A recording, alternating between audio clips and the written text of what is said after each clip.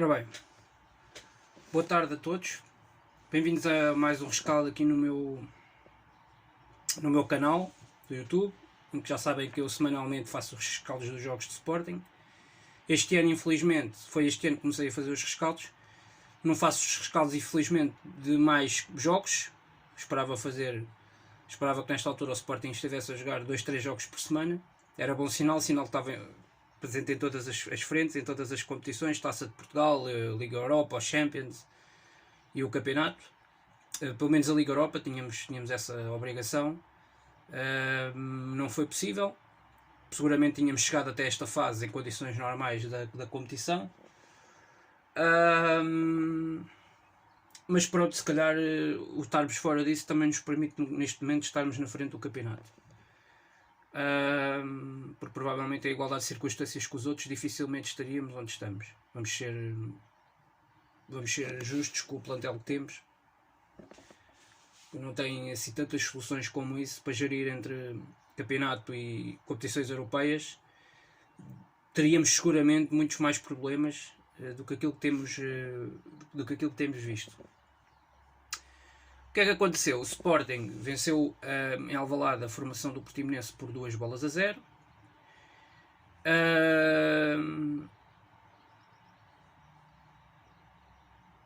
O Sporting que entrou neste jogo com o Adan na baliza, depois o lateral direito foi o Porro, o trio de centrais com o Gonçalo Inácio, o Coates e o Fedal, o Nuno Mendes na esquerda, no meio campo o Palhinha e o João Mário, a dupla habitual, na frente o Nuno Santos de um lado, o Pote do outro, e no ataque a servir aí o Tiago Tomás. O Tiago Tomás foi a surpresa em relação àquilo que tinha sido o último jogo com o Passos, que jogou o Paulinho. O Paulinho, pelo que se veio a saber na última semana, teve uma lesão nos últimos dias, e vai falhar pelos vistos 4 jogos de Sporting. Eu acho que é uma baixa importante, porque o Sporting não tem, como se sabe, muitas soluções para aquela posição da frente de ataque. Luís Filipe parece que é uma carta fora do baralho, está lesionado há basicamente um ano, e agora parece que aparentemente recuperou fisicamente, está a jogar na equipa B, está encostado, portanto provavelmente nem vai contar, acho eu. Então, pelo menos se ainda conta esta época, provavelmente não é agora, seguramente. E portanto houve essa alteração tática, no fundo, no trio da frente. Acabou por alinhar um trio com muito mais mobilidade, a tal questão, muita mais profundidade, um trio mais forte no ataque à profundidade, com mais velocidade na frente, mais mobilidade, essencialmente isso. Foi um bocadinho isto que se viu na realidade no jogo. O que é que eu devo dizer? Uma vitória que eu parece-me indiscutível, uma vitória perfeitamente ajustada. A equipa que fez mais por isso, porque convém dizer que eu ouvi o treinador do Portimonense dizer que nos primeiros 20 minutos antes do Sporting conseguir chegar ao golo através daquele lance de bola parada, que o Sporting praticamente não tinha feito um remate na baliza. E isso não é totalmente verdade, porque eu convidava o treinador do Portimonense a ir ver o filme do jogo, da primeira parte e da segunda parte, dos 90 minutos e dos primeiros 20 minutos do jogo, já agora, porque o Sporting é quem tem as primeiras duas grandes oportunidades, na realidade. A segunda, na meu ver, o que acontece é que o Pote não faz uma boa recepção, porque senão tinha ficado na cara do guarda-redes. E há uma primeira, que eu agora não me estou a recordar exatamente qual é, mas eu tenho presente na minha cabeça, e eu acompanhei o jogo na Sport TV, atentamente acompanhei o jogo ao minuto, e há ali uma ou duas aproximações perigosas do Portimonense, inclusive que chegou à área. A equipa teve de facto, mas esta equipa do Portimonense, o que é que fez em Alvalade? Muito compactos atrás, defensivamente, sim senhora, muito bem organizados. De vez em quando nos primeiros 45 minutos, uma ou duas incursões dos laterais, a atacarem a profundidade, com bola controlada, muitas vezes a saírem desde trás com bola no pé, mas a maior parte das vezes eram os centrais e o médio defensivo que recuava para junto dos centrais, e muitas vezes era um jogo direto. Era pedradas lá para a frente, 40, 50 metros. Para ver se a bola caía no Ailton Boa Morte, no Beto, sobretudo nestes dois, e no Henrique, acho que era Henrique, acho que é Henrique que ele se chama. O jogador que jogava pela esquerda e que, na meu ver, foi um dos jogadores mais perigosos desta equipa algarvia.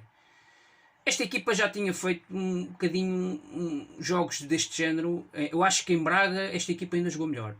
Mas em Braga já tinha deixado uma boa imagem. Inclusive esteve a ganhar o jogo.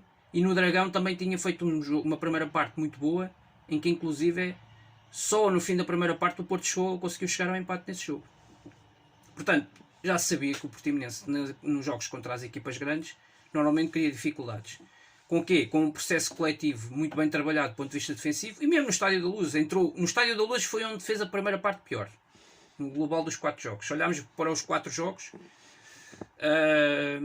no Estádio da Luz, efetivamente foi onde a equipa esteve, na minha opinião, o pior rendimento na primeira parte. Mas isso também muito por força de uma primeira parte muito forte do Benfica em termos coletivos, que culminou naqueles 2 golos que o Benfica marcou quase de rajada. Mas o Benfica com jogadas e processos simples de ataque ofensivo foi dos melhores jogos que o Benfica fez, talvez, até agora neste campeonato. Dos melhores jogos em termos de primeiras partes. Porque a segunda parte do Benfica nesse jogo depois foi completamente desastrosa. E o jogo, se tivesse mais 5 ou 10 minutos, provavelmente o Portimonense tinha empatado na Luz. Porque a equipa depois do Algarvia, nos últimos minutos, com as substituições de Paulo Sérgio, ela claramente melhorou de uma forma muito significativa. Mas em Alvalade, o que é que aconteceu? Muitas vezes o Denner baixava para junto do Lucas Pocinholo e do Maurício, e a equipa saía em construção deste trás, mas muitas vezes era pontapé para a frente. Outras vezes, quando percebia que o pontapé para a frente não podia ser dessa forma que a equipa, porque o Sporting estava por vezes mais compacto no corredor central, com o Pote, o Palhinha e o João Mário, era muitas vezes saía pelas laterais, explorava o jogo exterior, onde o Nuno Mendes não é um grande fã de defender, de baixar para defender, tem mais profundidade e é mais forte no jogo ofensivo, claramente, onde se destaca mais, e destaca-se muito pela sua velocidade, mas não é não é muito primoroso do ponto de vista defensivo. O Porro defende muito mais e defende melhor, a meu ver, do que o Nuno Mendes. Também já tem mais alguma experiência, mais pedalada. Parece-me a mim o Porro um pouco mais de maturidade em determinados momentos do jogo do que o Nuno Mendes. O Nuno Mendes, por vezes, posicionalmente comete alguns erros que são um pouco inaceitáveis para um jogador que joga naquela posição. Algumas distrações do ponto de vista posicional, e muitas vezes as equipas adversárias exploram muito essa situação por esse corredor direito, pelo seu corredor direito de ataque, corredor de esquerdo defensivo do Sporting, que normalmente dá muitas abébias. Às vezes o Fedal também na primeira fase de construção, comete alguns erros, sobretudo em passes simples, faz muitas vezes passes defeituosos. Os médios ofensivos ganham a bola em zona subida e rapidamente encostam o Sporting lá atrás por causa de um erro na saída a jogar do Sporting desde trás da primeira linha.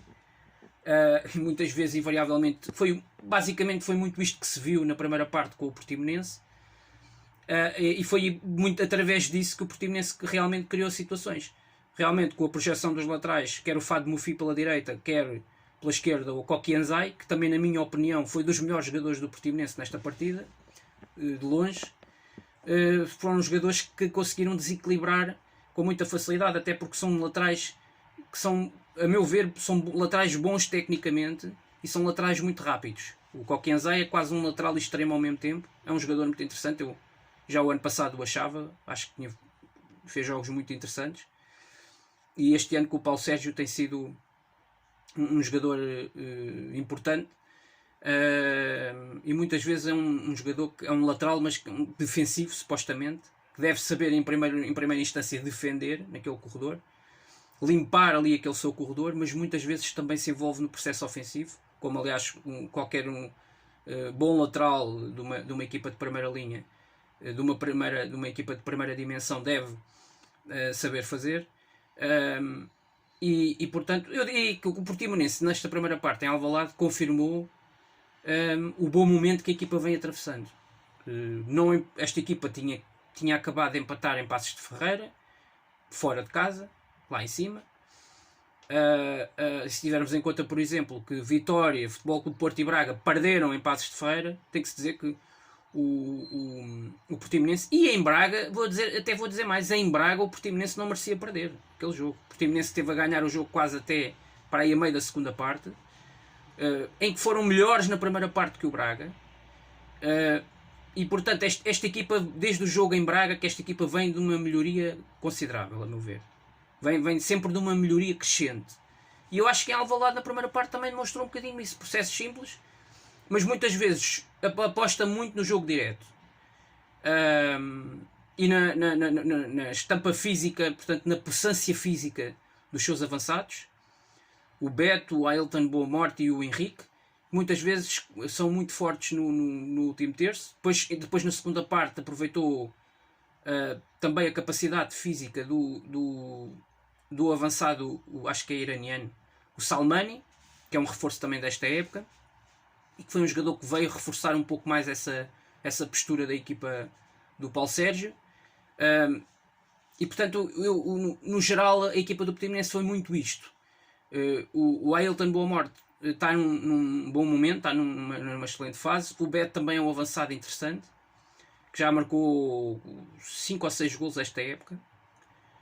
Aliás, se não me engano, foi o Beto que fez o golo na Luz e fez o golo ao Futebol Clube Porto no Dragão. Foi ele que fez os 2 golos do Portimonense nesses 2 jogos na casa dos outros rivais, do Sporting. E é um avançado que tem uma boa mobilidade na frente e que é um jogador que consegue criar perigo. Depois com o Kokenza e com o reforço da direita do Fad Mufi, com as incursões também do Henrique, que foi um jogador que foi um quebra-cabeças para os defesas do Sporting na primeira parte.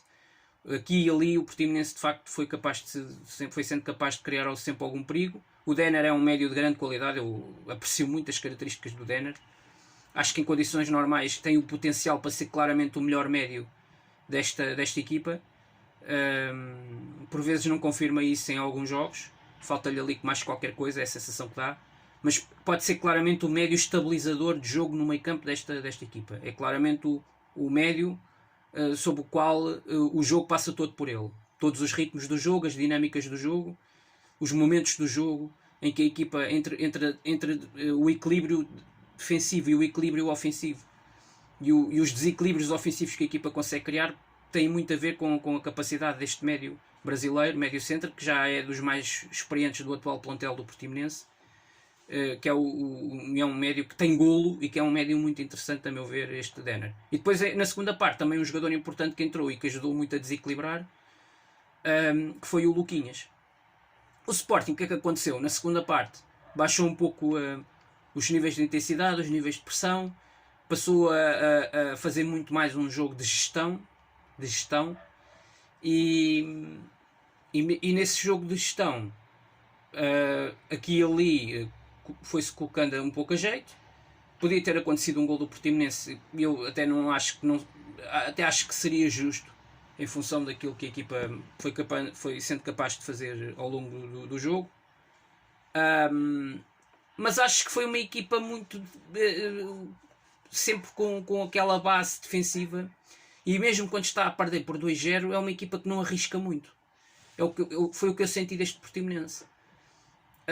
Provavelmente se arrisca um pouco mais e destapa a manta atrás, teria saído ao Alvalade com uma goleada, e o Paulo Sérgio quis evitar exatamente isso, quis evitar ser goleado em Alvalade, porque era o mais provável que acontecesse se ele arriscasse um pouco mais. E ele, percebendo que defensivamente a equipa comete bastantes erros, e basta ver o exemplo do segundo golo. O segundo golo a gente pode dar o mérito todo ao Nuno Santos, mas quer dizer, os centrais ali não podem fazer ali aquela brincadeira, não é? Isto é o problema muitas vezes destes centrais. Este Maurício não me convence. Eu acho que o William Rocha é um bom central.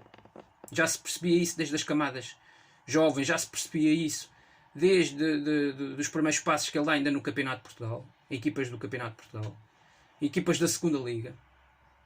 O Willian Rocha era um central muito interessante, mais um central brasileiro, mas o Maurício, que joga ao lado dele, deixa um pouco mais a desejar, a meu ver. Não é exatamente a mesma coisa. Eu acho que ao fim e ao cabo, o Portimonense muitas vezes também se ressente disso, sobretudo na sua última linha defensiva. Ou seja, quando o adversário consegue passar ali a linha do meio campo do Portimonense, a equipa fica muito exposta, os laterais ajudam a defender, é certo, e a fechar os corredores, mas muitas vezes se os extremos e os alas contrários tiverem qualidade e capacidade de passar, de furar, de fazer uma finta, de fazer um drible, de metê-los nas covas, é uma equipa que se expõe muito defensivamente, sobretudo no corredor central, no balcão da área e fundamentalmente no interior da área. E o primeiro golo foi um pouco assim, um lance de bola parada típico. Finalmente vejo o Sporting a fazer golos de lances de bola parada. Já tinha acontecido em Barcelos, foi um bocadinho assim que o jogo tinha sido resolvido. E foi assim também com o passo em Alvalade na semana passada. O gol do Palhinha resultou também de uma combinação de um lance de bola parada. A 3 toques, repare-se.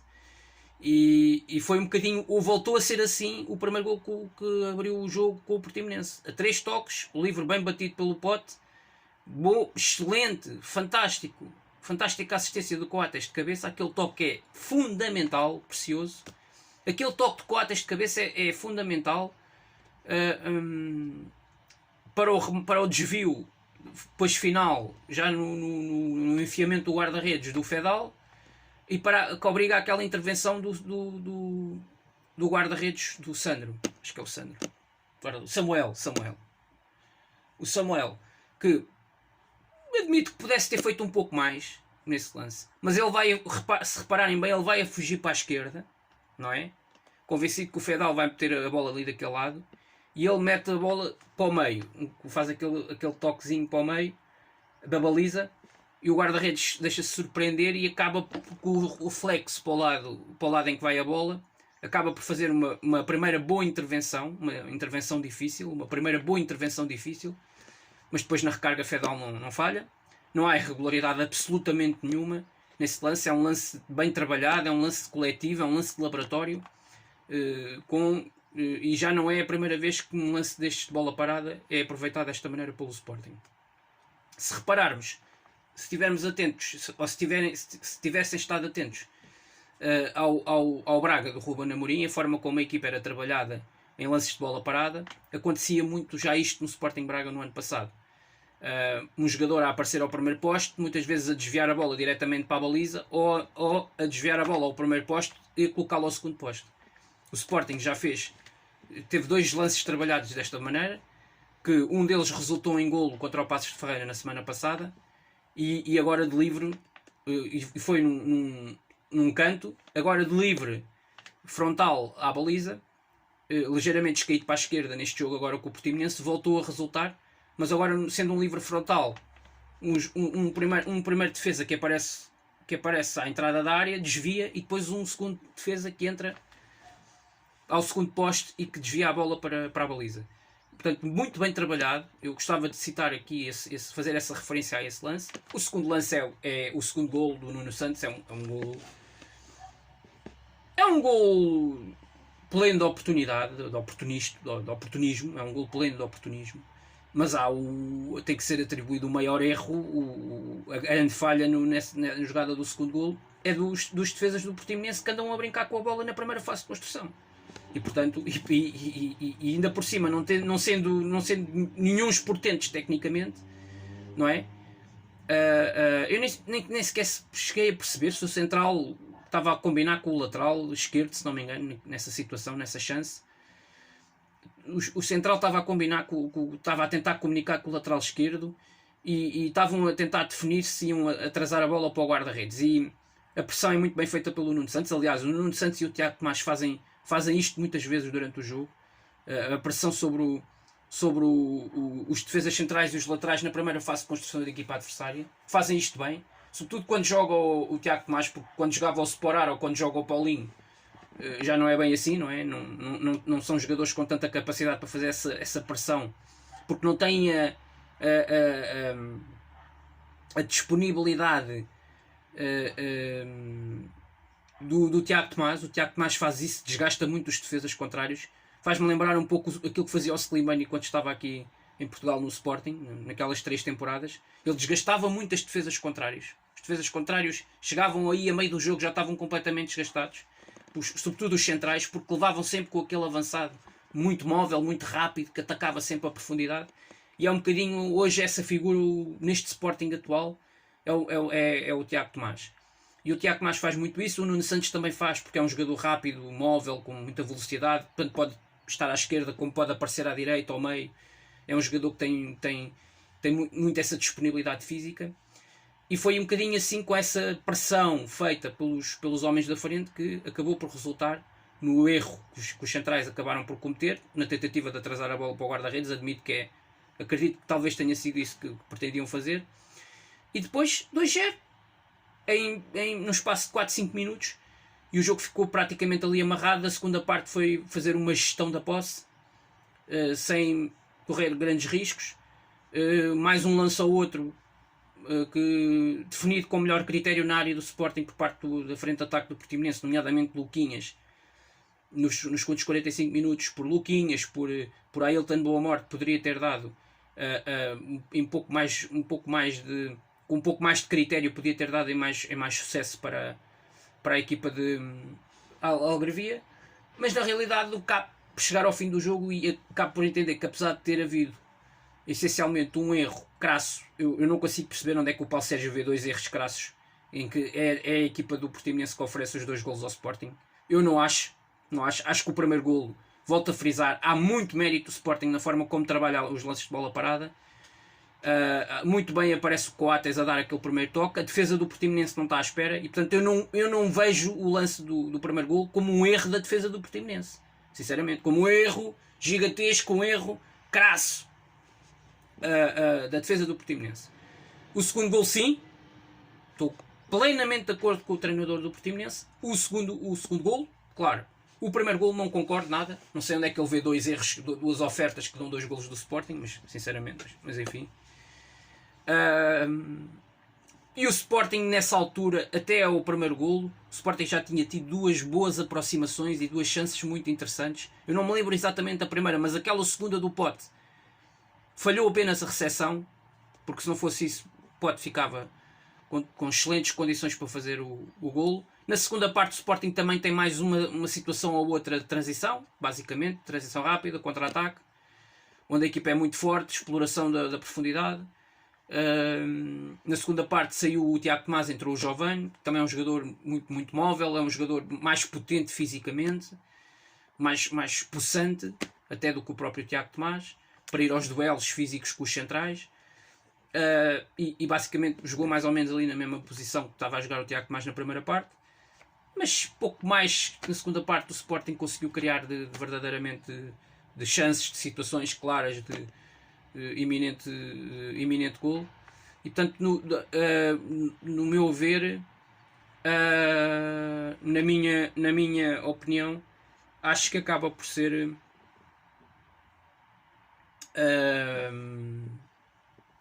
uma vitória justa da equipa que fez, no fundo, parece-me que a equipa que fez mais por isso, por ganhar o jogo.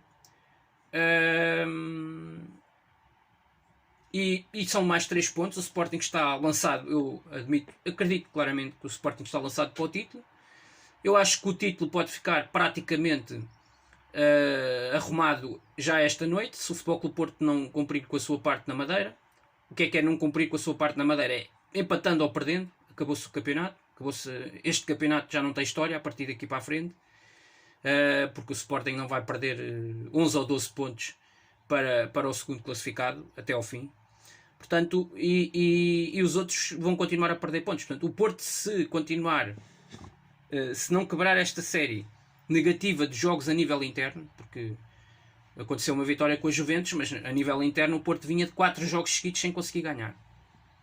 E a equipa continua a sofrer golos, a equipa continua a demonstrar dificuldades, está a jogar, na meu ver, na minha opinião sincera, está a jogar pior que o Sporting, não está a jogar melhor que o Sporting, está com um processo defensivo pior que o Sporting, o Futebol Clube Porto este ano. a esse nível até mais próximo do Benfica do que do Sporting. E na realidade este é um teste que vai ser muito difícil hoje para o Porto, mas o Sporting está no seu caminho, mesmo que o Porto hoje vença, volta a ficar a 10 pontos de diferença. E o Sporting na próxima fim de semana há um clássico no Dragão, é um jogo-chave. Portanto, se não for esta noite, será no próximo sábado. Jogo absolutamente chave. Mesmo que o Porto vença, porque o Porto está obrigado a isso no jogo de sábado, o Porto tem muito mais pressão. Eu devo antecipar já, destapo já aqui um bocadinho aquilo que poderei falar daqui a uma semana com mais propriedade, mas destapo já aqui um pouco mais o clássico do próximo sábado. O Porto entra claramente mais pressionado. Muito mais pressionado, porque é a responsabilidade de parte do Porto tentar reabrir este campeonato. Porque neste momento este campeonato está semi-fechado, está semi-definido, semi-resolvido. Acabará agora o Futebol Clube do Porto, que perdeu pontos em 3 jornadas consecutivas, tem que agora tentar aqui fazer essa recuperação. Porque se o Futebol Clube do Porto não vencer o Sporting no próximo sábado, arrisco-me a dizer que seguramente com um empate de Sporting ou vitória de Sporting no Dragão, o campeonato fica mais do que resolvido. Mesmo faltando ainda disputarem, como muitos andam para aí a dizer, 30 e tal pontos depois do jogo no próximo sábado, ainda faltarem disputarem-se 13 jornadas ou o que é, mas a questão é que os outros não vão ganhar os pontos todos, os jogos todos. E o Sporting não vai perder os jogos todos. O Sporting não vai perder 4 ou 5 jogos. Ok. O Sporting tem em 21 jogos, em 20 jogos tem 0 derrotas. Não é agora que vai perder 5 ou 6 jogos seguidos. E portanto, não estou a visualizar de forma nenhuma essa situação. Ainda por cima o Sporting não está desgastado. Não tem desgaste no plantel. O Sporting não tem competições para além do campeonato com que se preocupar. Que definam o resto do calendário e o resto da época. Taça já era. Taça da Liga já a ganhou e conquistou-a. Foi uma prova claramente mais curta. Europa, desde cedo foi logo à vida, logo no início da temporada. E portanto o Sporting só tem o foco no campeonato. Semana a semana, sempre a recuperar. 6 em 6 dias, 7 em 7 dias. Portanto, tem mais do que a obrigação é de vencer os seus jogos e de ir fazendo... ir ganhando 3 pontos em 3 pontos, somando 3 em 3 pontos, até ao objetivo final que é ser campeão. E o Sporting tem uma condição extraordinária, como nunca teve nos últimos 20 anos, na minha opinião, para ser campeão este ano. E portanto, o que eu estou à espera é exatamente disso. Já estou aqui um pouco a repetir-me em relação ao que disse a semana passada, mas é mais ou menos isto que eu acho. Ou o Futebol Clube do Porto dá aqui um golpe de asa nestas 2 jornadas consecutivas e o campeonato reabre, de certa forma sim, a meu ver. Com 7 pontos de avanço aí a coisa é mais tremida. São 2 derrotas de Sporting e um empate, e aí a coisa é diferente, até porque o Sporting ainda tem que ir a Braga e tem que ir à Luz. Se o Porto não souber ser competente em casa frente ao Sporting no próximo sábado, e se o Sporting for muito incompetente, porque atenção, não é só o Porto que joga no sábado no clássico do próximo sábado da 21ª jornada. O Porto tem pela frente o Sporting, que é bom não esquecermos, porque parece que está toda a gente a falar o Porto, o cenário, está tudo a pôr o cenário, e o Porto, se o Porto fizer isto, se o Porto fizer aquilo, o Porto vai jogar com um adversário que ainda não perdeu no campeonato, que já jogou 2 vezes com o Porto esta época e que não perdeu com o Porto, chama-se Sporting. O Porto não vai jogar contra uma equipa qualquer. O Porto vai jogar com o Sporting. E é preciso que as pessoas percebam isto, que é estes cartelheiros, estes asiados e esta gente na televisão ainda não percebeu isto. É que o Sporting vale mais do que aquilo que eles pensam. Ok? O Sporting vale pelo seu todo. O Sporting é um coletivo verdadeiramente forte. O Sporting tem finalmente um treinador a sério. Ok? Um treinador que foi caro, mas que pelos vistos valeu o dinheiro que se foi gasto por ele. Porque finalmente tem um treinador que, para já, não é um megalómano que chega aqui e que diz que nós vamos arrasar e vamos jogar o triplo. Nem assume a equipa como candidato ao título. Vejam bem. Nem se assume como candidato ao título. Vejam bem a prudência. A prudência no discurso e a comunicação absolutamente perfeita. É exatamente isto. Há muitos anos que faltava um treinador destes no Sporting. Com uma comunicação perfeita, com um timing excepcional. Isto não há no Futebol Clube do Porto, nem há no Benfica. Desculpa, não há. Não há. São treinadores que se acham a última Coca-Cola no deserto. Já acho isto há anos. Há 4 anos que Sérgio Conceição está no Porto, acha-se a última Coca-Cola no deserto. E então quando ele perde com o Sporting, o homem fica com uma azia inacreditável. E basta irem ver as imagens do final do jogo da Taça da Liga, da meia-final, em Leiria, com o Sporting. E então ele com o Sporting tem sempre ali um trauma, sobretudo quando se fala de taças, claro. Mas ele tem ali qualquer coisa realmente contra o Sporting que eu até hoje ainda não consegui perceber muito bem o que é. O Ruben Amorim respeita todos os adversários de igual forma, comunicação perfeita, timing perfeitos, nunca se deixa enganar por teias de aranhas de jornalistas nas conferências de imprensa. Parfait, como diriam os franceses, parfait. E o que é certo é que está a fazer um trabalho extraordinário. Estive aqui a fazer um resumo estatístico rápido. O Ruben Amorim, desde que chegou ao Sporting, no passado sábado, completou 30 jogos à frente do Sporting. Sabem quantas derrotas? 2. Em 30 jogos de campeonato nacional. 2. Quantas derrotas em Alvalade com o Sporting para o campeonato? Bola. Como diria o outro. 0 derrotas. Teve 2 no Dragão e na Luz, com os rivais no final da época passada, com aquele plantel que ele tinha na época passada. Portanto, 30 jogos, 2 derrotas. Quer dizer, o que é que eu posso dizer mais que isto? Um campeonato destes até agora, 20 jornadas, 0 derrotas. É dar os parabéns, é tirar-lhe o chapéu. Muito bom, muito bem a gerir a equipa desportivamente, fisicamente, tecnicamente, em termos de registro técnico-tático. É um bom treinador, é um treinador com competências, que também eu penso que ele começou a desenvolvê-las ainda como jogador de futebol, porque ele também tem esse plus, ter sido jogador ao mais alto nível em equipas grandes, onde também conquistou muitos títulos, inclusive, onde também já é um treinador titulado como treinador, na posição de treinador também já é um homem com experiência de conquistar títulos. É um treinador jovem que aposta na formação, não tem problemas de apostar na formação e de colocar 7 ou 8 jogadores portugueses, desde que sejam competentes no 11 inicial, ele fala sem problemas. E nós vemos os 11 dos outros 2 portugueses 0. 11 iniciais dos outros 2 clubes portugueses 0, meus amigos, 0. E andamos aqui a falar da seleção. Porto e Benfica andam há anos que não metem 0 portugueses nos 11 iniciais dos seus respectivos clubes. Onde é que está a aposta na formação? Vieira, onde é que está a aposta na formação? Pinta Costa, onde é que está a aposta na formação? 0. Andam há 10 anos a falar da aposta na formação. 0. E depois falam do Sporting, e depois falam do Bruno de Carvalho. 0 de aposta na formação. Ok? 0. O Sporting é que aposta na formação. Tem 8 portugueses a jogar em campo. O jogador português é de qualidade. Se o jogador português é competente e tem qualidade, os jogadores que estavam na Primeira Liga Portuguesa o ano passado, meus amigos. Jogadores portugueses que estavam na Primeira Liga o ano passado. Não é jogadores uruguaios que vêm e custam 25 milhões. E que chegam aqui, armam-se em vedetas, são substituídos, atiram garrafas para aqui e para ali e para ali. Só falta partirem as paredes dos balneários.